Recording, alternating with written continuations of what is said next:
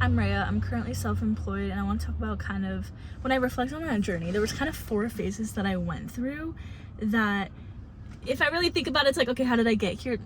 These 4 phases. Ready? When you want to create your own career, you want to create your own job for yourself, you want to be your own boss. This requires a skill set where you are able to identify the gaps in your education. Self-education is the first phase. You need to be able to look at yourself, be like, okay, what do I want to accomplish? What are the skills I need to accomplish that? Which of those skills do I have? Which of those skills do I not have? And for the ones that I do not have, where in the world can I go out and find the education necessary for me to solve those skills, for me to start acting on those and developing those skills so that I can accomplish what I want? And now we are so privileged and honestly blessed to have so many mediums for education. You can go to the library and read. You can watch YouTube videos. You can find an expert in the field on the internet. You can go to traditional education, and you can kind of just listen podcasts. There's like so many ways that you can actively seek out information and knowledge and learn.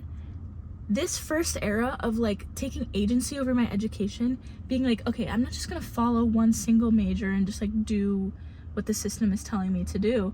I want to create my own career. I need to go educate myself about the things that are like, where does my natural curiosity lie? Like, how do I take agency of this process and like follow my curiosity so that I can start developing on those skills? Second, I went through an era of literally just fucking up and putting myself out there over and over until I was like, okay, yo, I have no idea what I'm doing.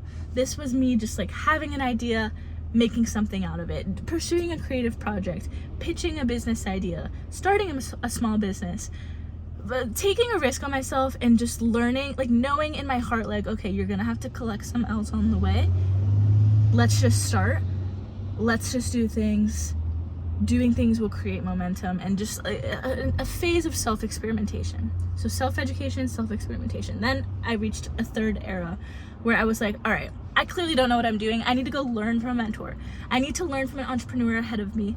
I need to learn from other business owners that are in an industry or a space like adjacent to what I'm interested in. And even if they're not in a space that I'm interested in, I can learn about the business process, how to run a business, how to manage a team, learn about operations, learn about, accounting and financial tracking through working for entrepreneurs. That for me was a key moment of like, okay, clearly I have gaps in kind of like my execution.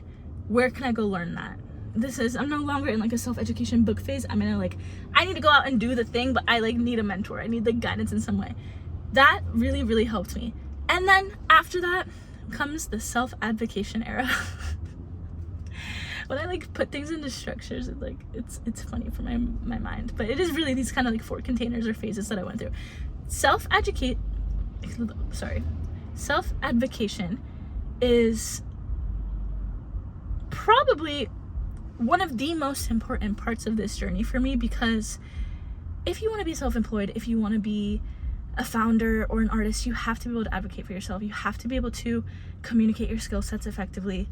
You have to be able to put yourself out there. You have to kind of get over that fear of being seen and feeling exposed, and you have to just continuously put yourself out there over and over and over, get rejected over and over and over, pitch your idea over and over and over until you get those moments where like people get it. And like this self-advocation era, content, door-to-door sales, outreach, connecting with business owners in your area, do like really nurturing your own network, growing your network, putting yourself out there over and over and over again so that opportunities can come to you, and so that you can kind of learn how to own the space in the context of your business, in the context of your art, in the context of your creative project.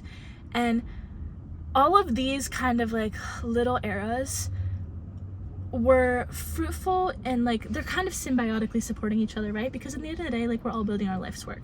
For me, I want to love the work I do. I want to feel like my personal life, my travel life, my creative practice, my writing, my art, that is informing the work that I do. That is informing the gaps in markets that I identify. That is informing like the types of businesses I want to build.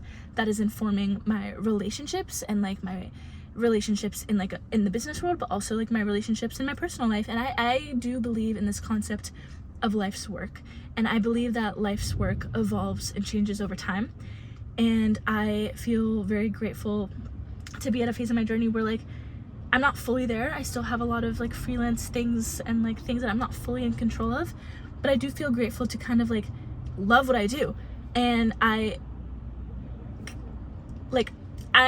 plan to and continue to and trust that I will love what I do for the rest of my life, because I approach it with this perspective of like, I'm building my life's work, and my life's work will change.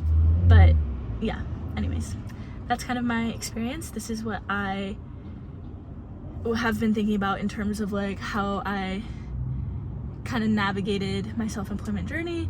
I am still exploring business, I'm still exploring art, I'm still exploring freelance work, and it's all part of the process, and I'm grateful. Love you. Bye. See you in the next one.